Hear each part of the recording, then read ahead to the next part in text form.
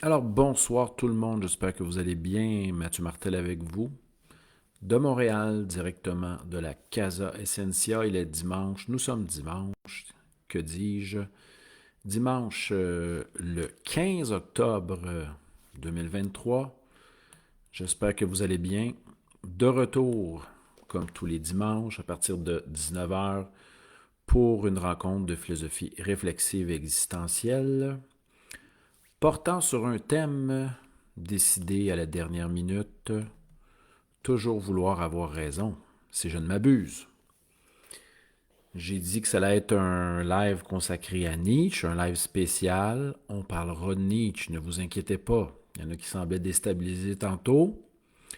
On parlera aussi de Schopenhauer dans quelques instants. J'espère que vous allez bien. On me dit que le son est adéquat et l'image aussi.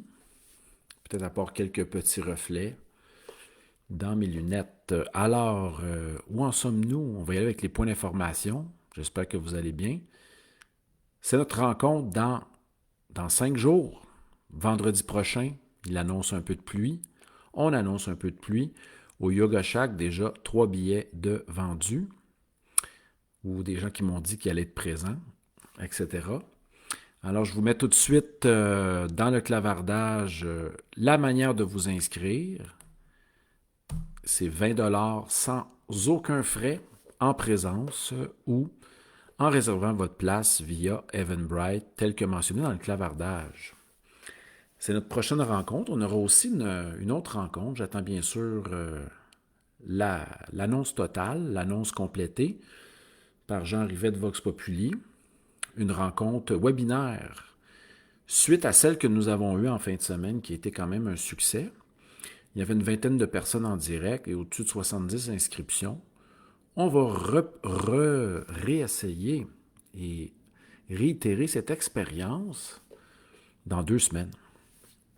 Vous allez pouvoir voir le tout annoncé sur ma page Mathieu Martel Philosophe et ou sur mon site mathieumartel.com. Et n'hésitez pas à aller voir dans la section événements, nos événements à venir, mais aussi la section vidéo.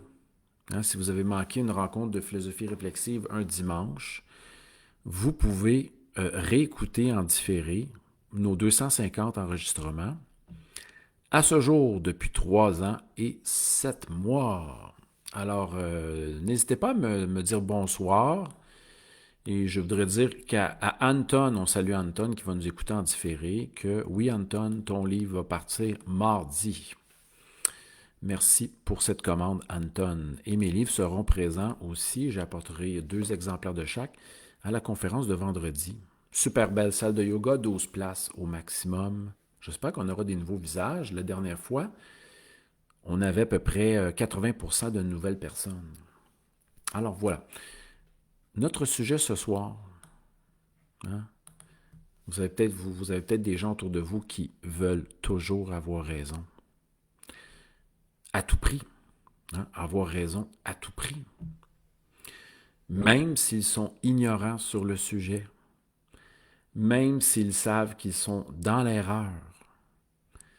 Même s'ils ne connaissent pas leur sujet, désirent avoir raison.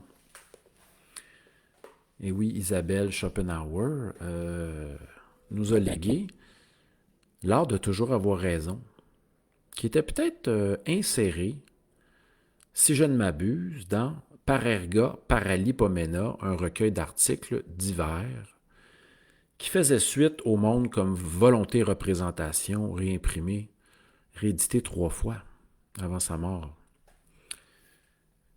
Schopenhauer nous propose toutes sortes de stratagèmes, bref, des sophismes, des antilogies, et va même jusqu'à la fin du recueil, parce que la thèse de Schopenhauer est la suivante: les gens ne sont pas sincères, ne recherchent pas vraiment la vérité, et tout ce qui compte pour eux, ils sont menés par la cupidité et l'envie, et tout ce qui compte pour eux, c'est la victoire. Hein? Et pour aller jusqu'à la victoire, lorsque nous argumentons, Schopenhauer dit que nous pouvons y aller, nous pouvons passer par insulter, une attaque ad hominem, pratiquer l'attaque ad hominem, le procès d'intention, notamment, en usant de sophismes. Donc, les sophismes sont des arguments fallacieux utilisés volontairement pour tromper et pour vaincre son adversaire dans une joute polémique ou rhétorique. Et à la fin de l'art de toujours avoir raison, Schopenhauer dit que on peut même aller jusqu'à renverser une table devant notre opposant et le frapper au visage. Ce que Schopenhauer tente de montrer derrière tout ça, c'est que malgré nos bonnes intentions de devenir des philosophes ou d'augmenter notre science dans différents domaines, il reste que l'humain est mu par une force irrésistible qui le dépasse, que Schopenhauer nommera la volonté. Hein? Il la définira comme suit: effort et désir par milliers, élan, pulsion, qui motive l'être humain à la fois à se perpétuer et à conserver son espèce. Et cette force-là provient du plus profond de nous-mêmes et est présente dans tous les êtres vivants, que ce soit les élémentaux, que ce soit à l'intérieur du règne végétal, animal, que ce soit à l'intérieur des astres, planètes et satellites. Bref, l'univers, la force qui meut l'univers, c'est le vouloir vivre. Donc, en tant qu'être humain, on pourra bien tenter de développer philosophie et science. Et on observe ça même en ce moment, hein, où on tente d'orienter justement les domaines scientifiques, les cerner, les contrôler avec les filets du pouvoir. Il semble qu'on ne peut pas se pencher sur certains sujets. Il y aurait peut-être censure et orientation des recherches faites par certaines chaires ou certains cercles d'études. Et les recherches sont soit très bien balisées, orientées et encouragées à aller dans une certaine direction. Fin de la parenthèse. C'est ce que Schopenhauer appellera, donc, toute cette quête de connaissances philosophiques, scientifiques. Ce sera l'envers de la volonté, du vouloir vivre. On l'appellera le monde de la représentation, qui est l'envers de la volonté. Hey, j'en profite pour vous saluer. On est 15 en ce moment. J'espère que vous allez bien. Je salue Mélanie, Cathy, Isabelle, Vanda, Hélène, merci d'être là, Marie-Lou, Daniel, Doris, Marc, et ceux et celles qui nous écoutent en secret, en différé, mais manifestez-vous. Dites-nous bonsoir. Alors, j'ai eu toutes sortes de courriels aujourd'hui parce que pourquoi parler de Nietzsche aujourd'hui, de Schopenhauer? Donc, j'ai commencé mon préambule. Hein, mon thème ce soir, c'est vouloir avoir raison. Hein, toujours vouloir avoir raison. On tente de vaincre dans les débats, dans les polémiques, dans nos discussions. On est mené par une certaine quête de la raison et peut-être du savoir, mais vouloir avoir raison, ça veut dire autre chose. Ça présuppose vouloir gagner la joute et quelquefois, peu importe les moyens. Hein? Revenons à Nietzsche. Pourquoi Nietzsche ce soir? Entre autres, je vais tenter, vous savez que je n'ai aucun plan. Hein? Je fonctionne avec aucun plan, je fonctionne avec un thème. Pourquoi Nietzsche? Parce que nous sommes le 15 octobre. 15 octobre 2023 et que Nietzsche est né en Allemagne, à Rocken, en 1844. Donc, faites le calcul, ça fait très longtemps, 179 ans, c'est l'anniversaire de naissance de Nietzsche, né un 15 octobre. Et si je ne m'abuse, il faudrait que quelqu'un ait vérifié pour moi, peut-être Martin, peut-être Cathy. Si je ne m'abuse, Michel Foucault et peut-être même Clément Rosset sont nés la même date. Voilà, donc c'est une salutation à la naissance de Nietzsche. Vous savez qu'il nous a quittés en 1900, donc il y a 123 ans. Hein? Il est mort, je crois que c'était... il était où? À Weimar, si je ne m'abuse. On s'occupait de lui, sa sœur s'occupait de lui, mais avant sa sœur, c'était sa mère. Et là, les thèses concernant Nietzsche, hein, vous savez qu'on a longtemps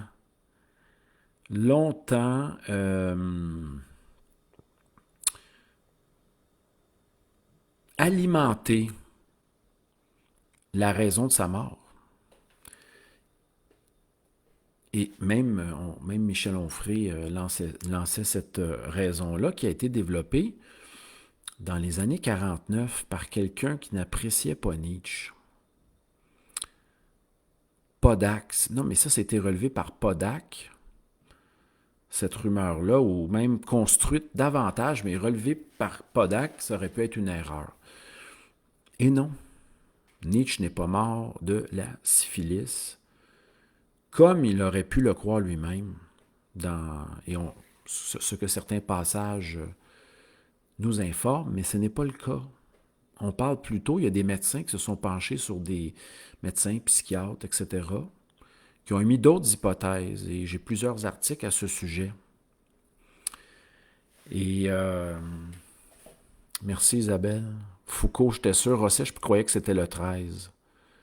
Mais Rosset, c'est un 12. Hein. Il y a beaucoup de gens autour de moi qui sont nés le 12. Alors, je reviens. Nietzsche n'est pas mort, est mort d'une tumeur qui lui donnait des maux de tête. Et ça a commencé très tôt durant sa jeunesse. Peut-être à l'âge de 12 ans.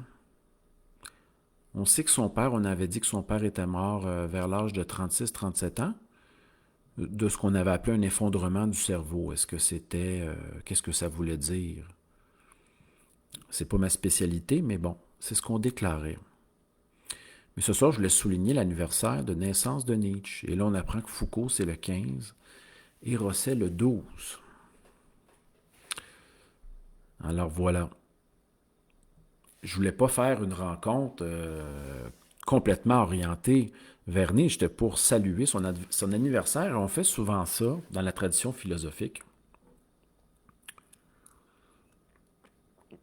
Mais on va revenir, je vais opposer là où Schopenhauer et Nietzsche s'éloignent. À quel niveau? Schopenhauer cherchait, il était tiraillé par ce vouloir vivre,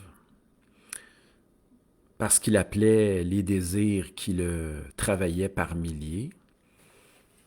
Et sa conception du désir sa conception du désir à Schopenhauer était fondée sur celle qui était empruntée celle qui avait cours chez Platon, le désir comme manque, que Épicure a repris, que Sartre a repris. Hein? Notre nature profonde, nous dira Schopenhauer, est manque et souffrance, et nous recherchons la satisfaction par différents moyens, la satisfaction à nos désirs. Si nos désirs sont satisfaits, par exemple la faim ou la soif, alors nous sommes contentés, nous vivons un moment de plaisir, mais après ce plaisir une forme de lassitude et d'ennui va s'installer. Si nos désirs on est dans l'impossibilité de combler nos désirs, bien, ça va simplement augmenter notre souffrance. Et la conception du désir de Nietzsche, elle est tout autre. Et elle n'est pas problématique, parce qu'on sait que Schopenhauer a proposé des stratégies pour s'évader, pour contrer ces désirs qui le hantaient par milliers. Il n'assumait pas d'être travaillé par les désirs. Donc pour Nietzsche, c'est un philosophe peut-être de la négation de la vie. Schopenhauer proposait justement pour échapper à la tyrannie des désirs, proposait la contemplation esthétique. Deuxièmement, la maîtrise de soi. Ou troisièmement, l'empathie, pratique de l'empathie ou de la compassion.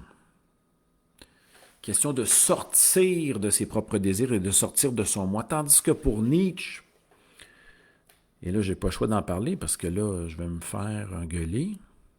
On m'écrit des courriels aujourd'hui. Mathieu, il faut que tu nous parles de Nietzsche, OK? Pour Nietzsche, le désir est non pas vouloir vivre, simplement conservation de soi et reproduction, orienté vers la reproduction, mais le désir pour Nietzsche est ce qu'appellera Onfray la puissance d'exister. Ça sera là chez Spinoza aussi. Pour Spinoza, l'homme est en quête, veut persévérer dans son être, mais développer sa nature, apprendre à se connaître, etc. Pour Nietzsche, ça ira encore plus loin que Spinoza. Et là, je n'ai pas les textes devant moi, là. Pour Nietzsche, ça sera le dépassement de soi, le surpassement de soi à travers l'expression des désirs. Il n'y a pas de limite à cela lorsqu'on parle de se surpasser. Et Nietzsche dira même, amènera la notion de soi que Jung reprendra. Nietzsche dira dans Les contempteurs du corps que le soi, tout ce que veut le soi, c'est trouver les moyens de se dépasser lui-même. Et se dépasser soi-même, c'est d'abord créer au-delà de soi-même. Alors Nietzsche va réduire le moi à un outil. Il semble problématique chez Schopenhauer. Daniel, je te réponds dans quelques instants. Il semble problématique chez Schopenhauer, le moi. Chez Nietzsche, va être au service du soi. Nous ne sommes pas uniquement notre moi. Et Nietzsche va dire, le moi, ce n'est qu'un élément du soi. C'est la petite raison qui cherche, dans une perspective limitée, à ne pas souffrir et qui fuit le plaisir, fuit la souffrance, recherche le plaisir et cherche des moyens de satisfaire certains désirs. Le moi, c'est ça. Entre autres. Mais pour Nietzsche, ça va plus loin que ça. Le moi n'est qu'un serviteur. On retrouve cela chez Einstein également. Ben oui. Et chez Einstein, le Seigneur, c'est l'intuition et l'imagination. Le moi, c'est la raison, qui n'est qu'un serviteur. Mais on en a fait un Seigneur, hein? Avec toute cette quête positiviste, là, au sens du développement de la science, des techniques, tout ça, commence bien sûr avec les Lumières, l'émergence du développement de la raison, de la science, etc. Et même Einstein déclare que, au fond, il y a plus important que la raison, c'est ce qu'on appellera l'intuition et l'imagination. Mais revenons à Nietzsche. Salutations à tout le monde, on est maintenant 62 en direct. On bat un record. Je ne sais pas ce qui se passe. Est-ce que je suis moins shadow-banné? J'ouvre la parenthèse. Daniel, crois-tu qu'à cette époque, il aurait eu vent des œuvres de Dostoïevski? Absolument. Nietzsche, oui, absolument. Alors, le désir pour Nietzsche, c'est un désir orienté vers l'invention, vers la création de soi. Se sculpter soi-même, mais aussi s'inventer soi-même. Parce que la figure de l'artiste chez Nietzsche l'inspire beaucoup. On pourra penser à Hölderlin, à Goethe, aux grands écrivains, Stendhal, Dostoïevski. Son musicien préféré, bon, on va faire un petit clin d'œil à Isabelle. Son musicien préféré, il parlait de la légèreté d'un Rossini. Chopin, bien sûr, Rossini. Incapable de supporter Beethoven, le trouvant trop rustre. Mais voulant être, apprécié aussi, Carmen de Bizet. Une œuvre quand même assez déchirante et tragique. Merci de me laisser des commentaires, les amis. Je vous pose la question du jour. Qu'est-ce que cela veut dire pour vous? Toujours vouloir avoir raison, ça vous fait penser à quoi? C'est quoi cette quête-là? Hein? Toujours vouloir avoir raison. Qu'est-ce que cela veut dire? Parce que ce soir, on touche à toutes sortes de sujets. Là, je suis en train de parler de la volonté, du désir chez Nietzsche, qui était l'affirmation de l'être. Et non pas un problème comme le voyait Schopenhauer. Schopenhauer voulait se libérer du vouloir vivre, n'assumait pas ses pulsions. Il a fini de sa vie en pratiquant de la flûte. Hein, il se disait à 72 ans, je gambade comme un paon, je suis en forme, promenait son chien, seul, aigri, de ne pas avoir été reconnu.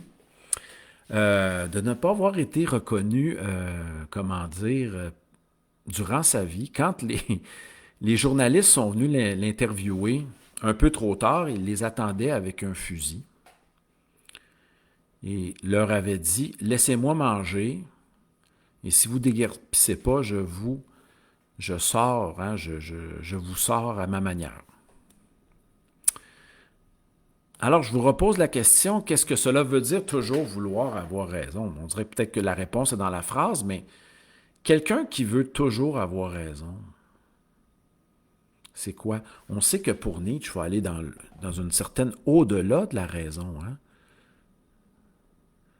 Pour être un grand créateur, c'est le mélange, c'est l'harmonisation des pulsions apolliniennes avec, ou la forme et la lumière apollinienne avec les pulsions dionysiaques. Je vous invite à lire en guise d'introduction concernant Nietzsche, le crépuscule des idoles. Ça, c'est la porte d'entrée. Pour lui, et de mon point de vue, le crépuscule des idoles. Ou, comme sous-titre, comment philosopher à coups de marteau, comment faire le ménage dans les idoles pour voir si elles sont solides, si elles résistent au marteau auscultateur du médecin physiologue. On sait que Nietzsche ne se voyait pas nécessairement comme un philosophe, mais davantage comme un physiologue. Et voilà, il recherchait, bien sûr, la bonne santé. Parce qu'il souffrait beaucoup. Malgré sa souffrance, il le dira toujours, la souffrance, la souffrance fait partie de la vie. Pas question d'être masochiste et de la rechercher, cette souffrance-là. Mais la souffrance n'est pas une objection contre la vie. Ce n'est pas parce que nous souffrons que nous devons dévaluer, maudire la vie et devenir plein de ressentiments et aigris. Car ne vous en faites pas, le monde, la réalité n'est pas là pour uniquement satisfaire nos désirs. Elle n'est surtout pas là. La réalité nous résiste. Hein? La réalité nous résiste, mais nous ne l'acceptons pas souvent et nous créons des arrière-mondes, nous dira Nietzsche.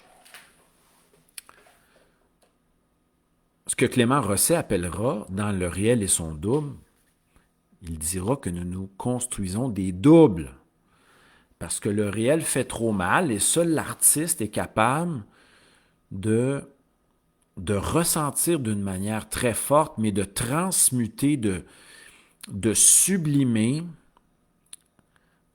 de faire ce travail alchimique qui, à travers la création, pourra transcender, mais en la vivant, la douleur et la souffrance et en créant le beau, l'œuvre d'art. Donc,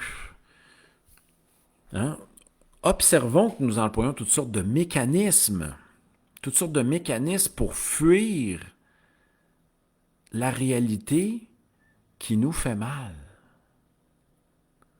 Donc, on a plusieurs choix. Si on passe par Nietzsche, on devient à la fois, on veut développer le surhumain, le surhumain n'a qu'une chose, créer de nouvelles valeurs, se créer, s'inventer lui-même, être artiste, devenir léger. Peut-être ça, mais il y a chez Montaigne, d'autre part, développer un art de vivre. Parce que nous n'apprenons pas à vivre à l'école. À l'école, nous apprenons autre chose. Je ne veux pas ouvrir cette parenthèse-là, mais oui, je vais l'ouvrir pareil.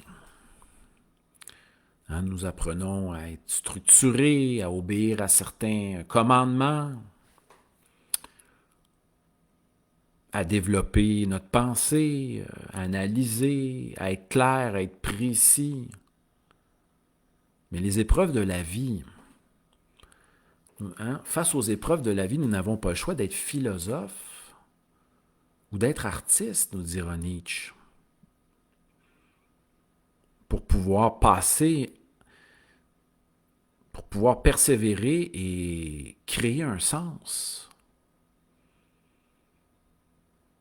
Ne tombons pas dans le nihilisme, comme nous dira Nietzsche, même si lui a vécu des épisodes à la fois de ressentiment et de nihilisme, mais Nietzsche veut nous amener à être plus affirmatifs, à être actifs,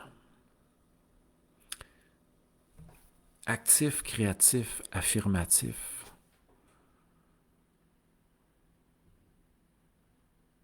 Et à créer de nouvelles tables de valeurs.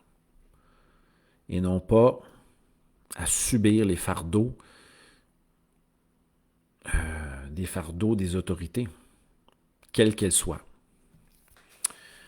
Alors, notre question ce soir, qu'est-ce qu'avoir toujours raison? Écoutez, je me suis lancé dans une comparaison Schopenhauer-Nietzsche, là, de façon spontanée. Je vais répondre aux commentaires. Oui, Nietzsche souffrait atrocement. Et c'est pour ça qu'il a développé une philosophie qu'il avait baptisée la grande santé. Mais oui, Nietzsche a perdu,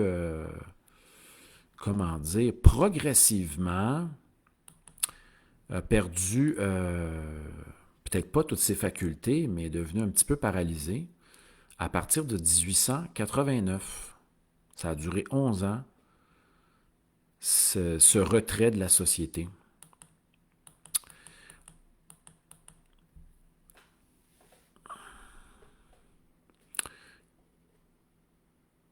Nietzsche, Marc nous dit, le moi est basé sur la recherche du plaisir et l'aversion de la douleur, absolument. Donc, on parle d'un hédonisme.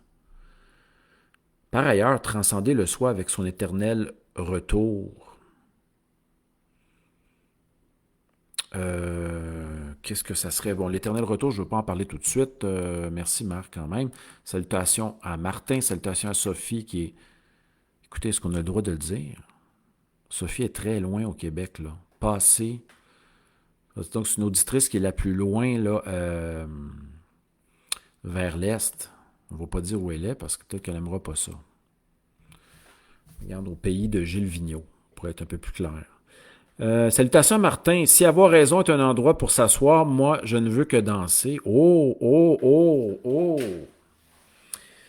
Qui dit vouloir avoir raison dit entêtement. Dit, oui, dit entêtement. Et Martin est un Nietzschéen, même si on ne peut pas être Nietzschéen, j'aimerais vous le dire. Hein? Tous ceux qui se déclarent Nietzschéens n'ont pas lu Nietzsche. Moi, je suis sympathique à Nietzsche, inspiré par Nietzsche, je le critique à d'autres égards, mais je ne peux pas me dire Nietzschéen. Et donc, je ne peux pas dire que Martin est Nietzschéen. Pourquoi? Parce que Nietzsche dit « Lorsque vous m'aurez dépassé ou lorsque vous m'aurez compris, vous viendrez me reparler. Je ne veux pas d'adeptes. » Donc, on ne peut pas être Nietzschéen si on respecte la pensée de Nietzsche. Alors, je répète la belle phrase de Martin, « Si avoir raison est un endroit pour s'asseoir, moi je ne veux que danser. » Et oui, la danse, c'est le symbole de la légèreté chez Nietzsche, c'est l'art qui implique le corps. Hein? C'est l'expression de la puissance d'exister, c'est l'expression du désir affirmatif et créatif, à la fois artistique, qu'est la danse. Et si ça vous tente de lire un livre sur la danse, ben, je vous invite à lire qui est un clin d'œil à Nietzsche, hein? Incidence Shiva, qui est le clin d'œil à Ainsi parlait Zarathustra.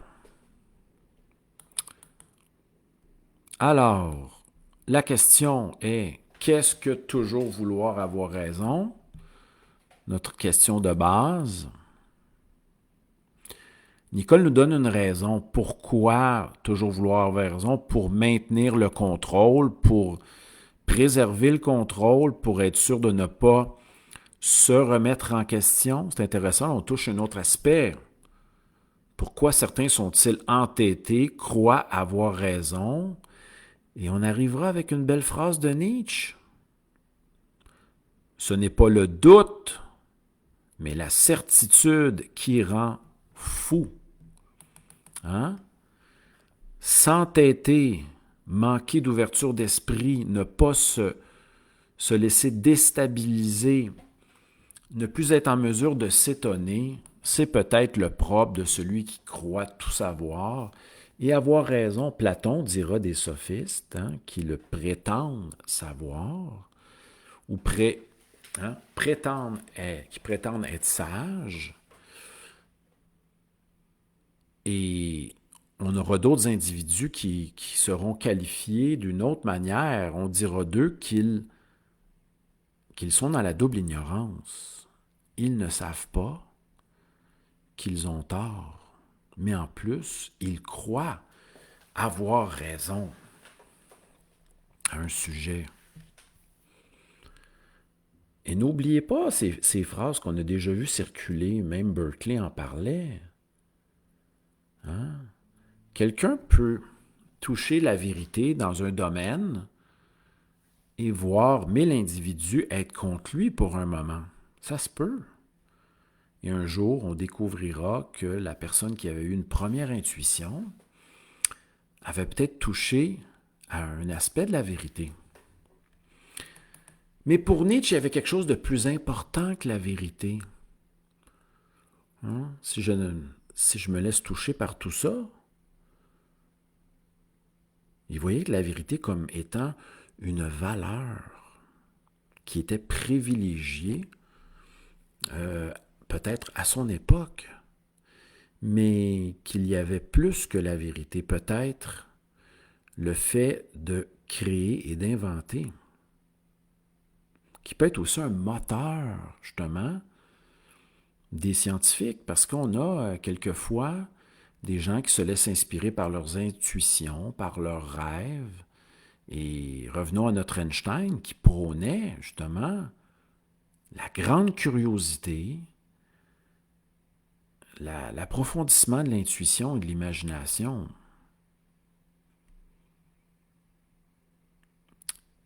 Oliver nous dit que vouloir toujours avoir raison fait ressortir la difficulté qu'on a à être confronté par le non-savoir ou l'incertitude. Merci.